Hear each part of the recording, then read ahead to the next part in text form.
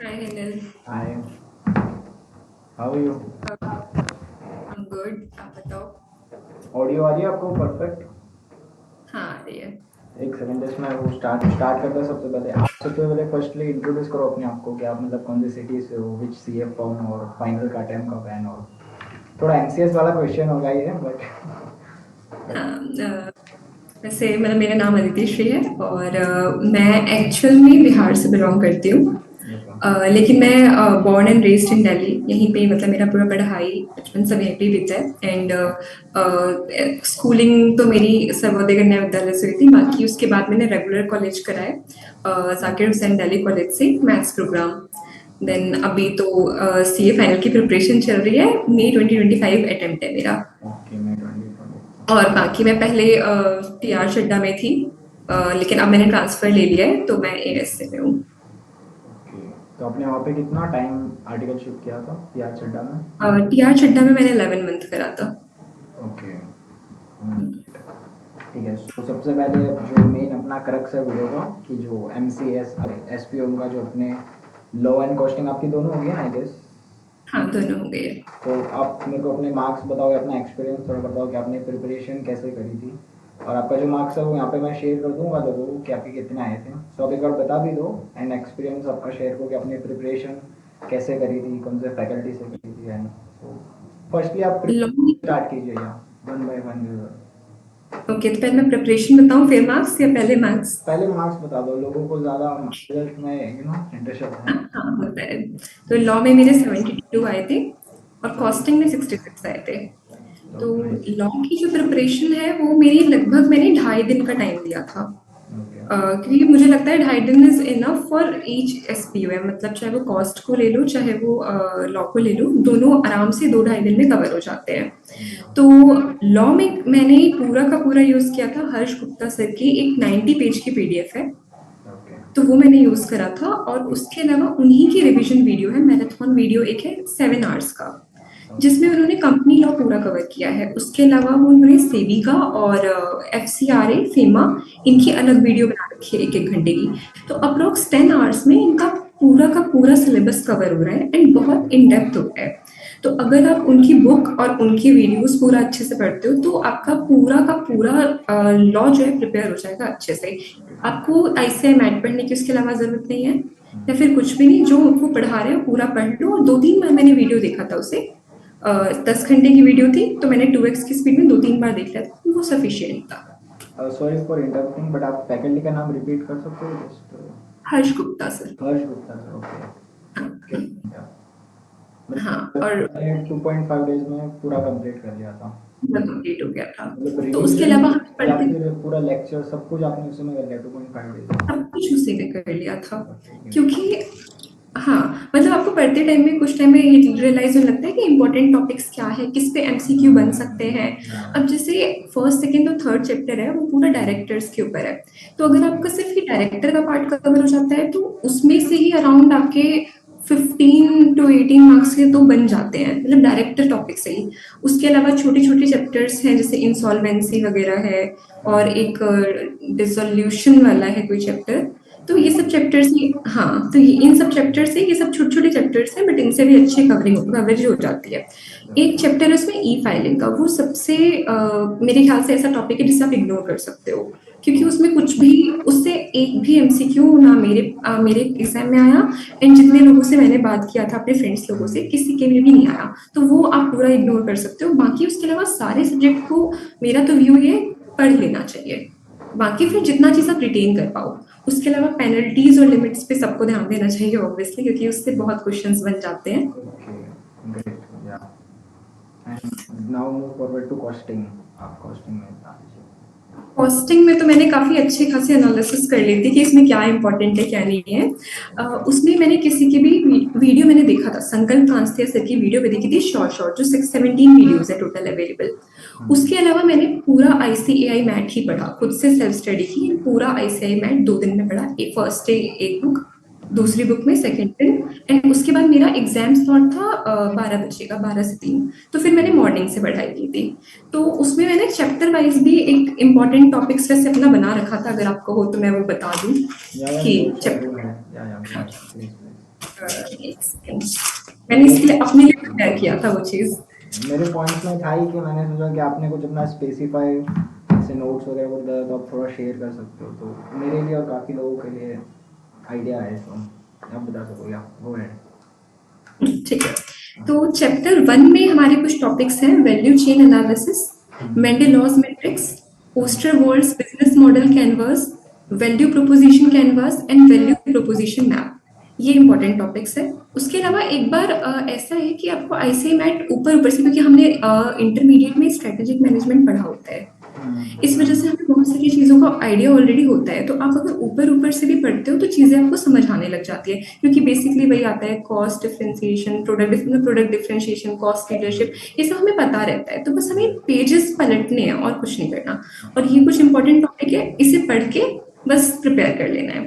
तो second chapter में है component of cost, 6 C's of total quality management, PDC cycle, push pull model और 6 market model. इसमें मतलब ये सारे, इसमें मेरे और जैसे भी मतलब मैंने कुछ लोगों से बात की थी अपनी प्रिपरेशन से पहले, मैंने भी कुछ लोगों से बात की थी हेल्प के लिए कि क्या इंपॉर्टेंट है क्या नहीं, तो सबके जनरली इन्हीं टॉपिक्स में से आ रहे थे और मेरे भी पूरा इसी से ही कवर हो गया। मैंने 2-3 चैप्टर्स को ऐसा कर दिया था कि ज़्यादा टाइम नहीं दिया, क्योंकि न्यूमेरिकल्स थे। एक सेकेंड, चैप्टर 6, चैप्टर 12 और चैप्टर 13, ये वो चैप्टर्स हैं कि अगर आपके पास टाइम हो तो आप इसकी न्यूमेरिकल प्रैक्टिस करो, क्योंकि इसमें से थ्योरेटिकल क्वेश्चन नहीं आते। इसमें ट्रांसफर प्राइसिंग, हाँ हाँ, जैसे हाँ हाँ हाँ, एक ट्रांसफर प्राइसिंग हो गया, स्टैंडर्ड कॉस्टिंग हो गया, इन सब में से न्यूमेरिकल ही बनता है। तो अगर टाइम है तो एक दिन पूरा देके न्यूमेरिकल करो, अदरवाइज इग्नोर। तो मैंने काइंड ऑफ इग्नोर ही करा था, मैंने इतना टाइम नहीं दिया उस पर। तो ये 3 चैप्टर के अलावा बाकी सब मैंने अच्छे से पढ़ा था। अब जैसे थर्ड चैप्टर है, उसमें आ गया features of just in time, kaizens costing और 5S में आते हैं जैसे सॉर्ट, सेट इन ऑर्डर। अब इसमें क्या है कि आपके एमसीक्यू बने इस हिसाब से जाते हैं कि ऑर्डर क्या है, तो सीक्वेंसिंग क्या है। तो ये सब चीजें थोड़ा मतलब आपको पढ़ते पढ़ते ये आइडिया लग जाएगा कि हमारे एमसीक्यू के लिए क्या रेलेवेंट है। वो आ जाता है अपने को कि यार this will come in answer. हाँ, और चैप्टर 3 में इलस्ट्रेशन नंबर 2 है, वो कर लेना चाहिए, क्योंकि वो एक न्यूमेरिकल है, बहुत बेसिक, बहुत इजी है, उससे क्वेश्चन आ जाता है, तो वो बहुत इजी है। चैप्टर 4 में है product life cycle, throughput accounting और इलस्ट्रेशन 5, अगेन ये इंपॉर्टेंट है। चैप्टर 5 में hyper disruptive business model, free model advertisement, open source, ये सारी चीजें। और फिर चैप्टर 7 में value added non value added activities, managing cycle time, मतलब वो मैन्युफैक्चरिंग साइकिल टाइम, इलस्ट्रेशन 4 और पैरेटो एनालिसिस। फिर चैप्टर 8 में है मैकेंजीज की 7S, उसमें हार्ड पार्ट, एक हार्ड एरियाज होते हैं, एक सॉफ्ट एरियाज होते हैं। अगेन इस एमसीक्यू बन जाते हैं कि इनमें से कौन सा हार्ड एरिया है, कौन सा सॉफ्ट एरिया है। फिर ऑल्टमैन जेड स्कोर कंपैरेटिवली, मतलब इसको इग्नोर कर सकते हैं, इतना इंपॉर्टेंट नहीं है, बट हाँ फिर भी मैंने पढ़ लिया था अपनी लिस्ट में, तो मैं बता रही हूँ। जीटा मॉडल और अर्जेंटीज ए स्कोर। एंड लास्ट है चैप्टर 9 का, जिसमें मैंने बना रखा है, वो केपीआई है, की performance indicator, CSF, performance pyramid, building black model, triple bottom line, people profit and planet के बारे में, डायमेंशन सेट्स ऑफ टीबीएल। ये चीजें मैंने प्रिपेयर की थी अपने लिए। आपको मतलब कॉस्टिंग में कितना टाइम आपने इन्वेस्ट किया था कंपैरेटिवली? कॉस्टिंग में भी मैंने सेम 2.5 दिन दिया था, मतलब 5 डेज में आपने पूरा एसपीओ एंड बोथ कंप्लीट किया है। लेकिन थोड़ा गैप था, लाइक मैंने लॉ पहले करके रख लिया था थोड़ा पहले, मतलब 15 डेज का लगभग मैंने गैप दे दिया था, क्योंकि अभी ऑफिस का भी मेरा पीक पीरियड चल रहा है तो टाइम नहीं होता, तो गैप देखिए, लेकिन अदरवाइज 5 डेज में कंप्लीट हो गया। ओके, सो मैंने जहाँ तक सुना है कि काफ़ी लोग कह रहे हैं कि लॉ थोड़ा टफ है कंपैरेटिवली कॉस्टिंग, सो आपका क्या व्यू है इसमें? नहीं, वो सच में है, क्योंकि लॉ में कहीं ना कहीं कॉन्सेप्ट बहुत मैटर करता है, उसके केस स्टडीज थोड़े से घुमा के आते हैं। तो अगर आपने कॉन्सेप्ट सही से नहीं पढ़ा होगा तो कंफ्यूजिंग हो सकता है वो, इसलिए आप पढ़ना उसमें मेरे ख्याल से, अगर किसी को आप ज़्यादा से ज़्यादा फेमा में, अगर आपके पास ज़्यादा टाइम नहीं है तो फेमा को थोड़ा सा इग्नोर करके इंपॉर्टेंट चीज़ें पढ़ लो, ऐसा कर सकते हैं।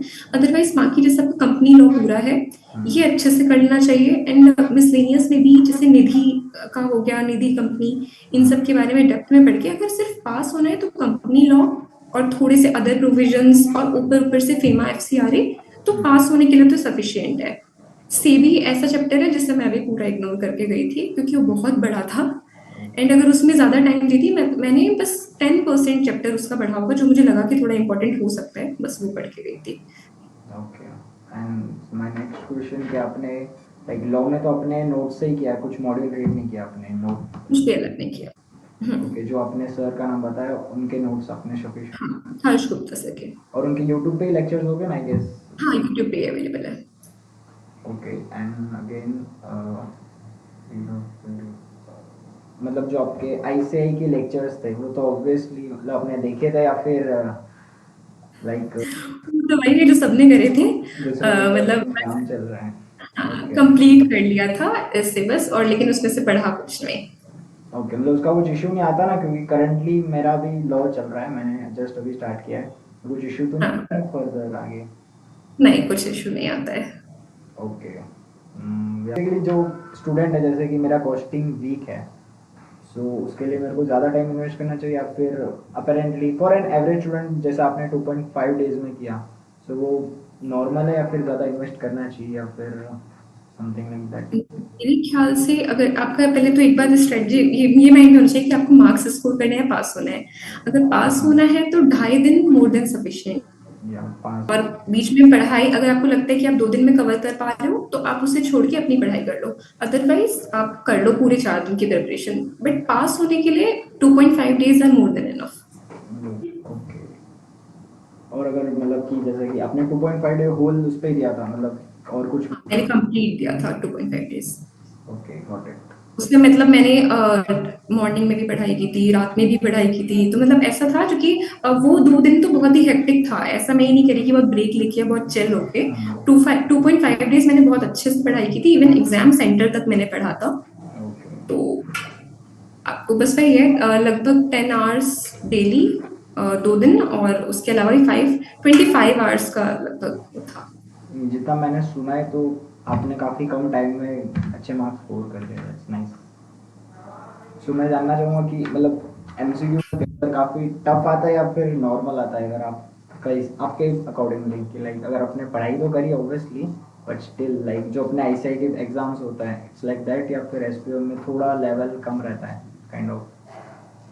हम सब जिन्होंने जो इंटरमीडिएट का पेपर देखे आए हैं, इन्होंने हम सब ने सब्जेक्टिव पेपर लिखा हुआ है, तो ऑब्वियसली एसपीयूएम उसके कंपैरिजन में काफी ज्यादा इजी हो गया है।